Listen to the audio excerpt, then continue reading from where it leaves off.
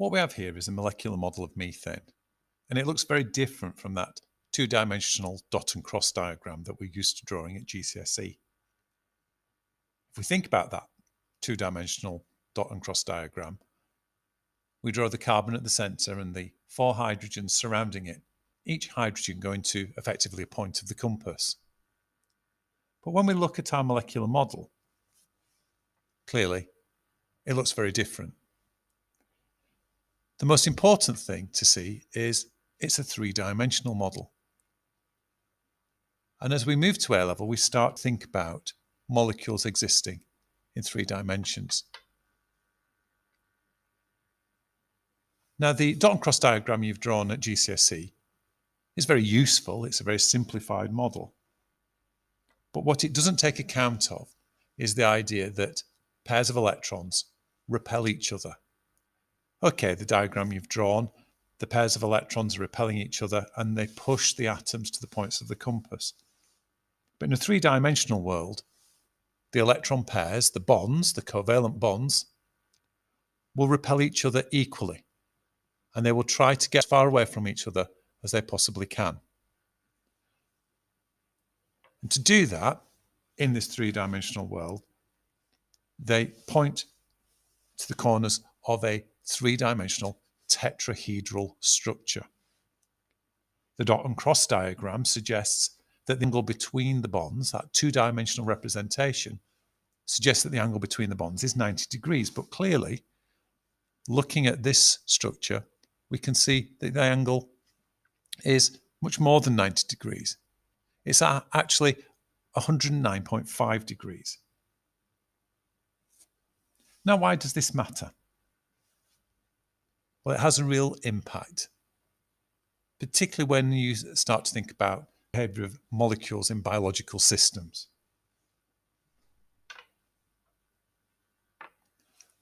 I built another molecular model for you here. And we can see here we've got a carbon atom, again surrounded by 4 groups. This time I'm using different coloured plastic balls in order to represent different atoms or different groups of atoms. And we can see that these different atoms or groups of atoms are held in different positions in space. Now, why does that matter? Well, if I were to start trying to reassemble this particular molecule,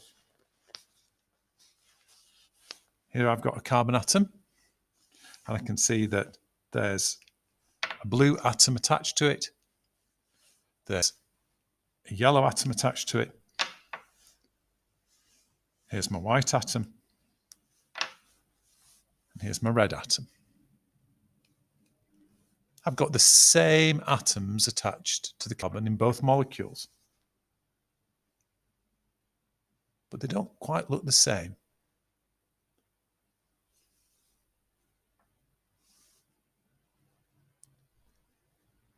I've arranged them so that the yellow balls and the blue balls are both pointing in the same direction relative to each other.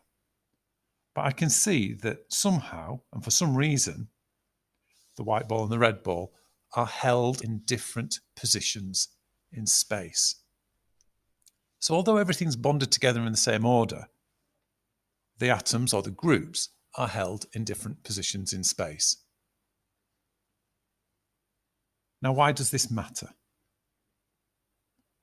Well, from the work that you've probably done at GCSE in biology, where you've thought about perhaps enzymes and the structure of enzymes, you'll know that the shapes of molecules enable them to do particular jobs.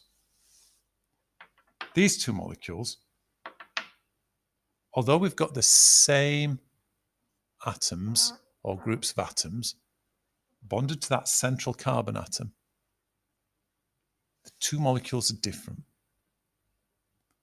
They're effectively mirror images of each other. And so their properties will be slightly different. No matter how I try and arrange this molecule to try and make things line up, here I can see I've got the yellow atoms pointing in the same direction, the white atoms pointing upwards. the other two atoms have swapped positions in space. These two models are not superimposable. I can't arrange them in such a way to make things line up in exactly the same pattern. No matter how I do it, two of the atoms, two of the groups will always be in a different order.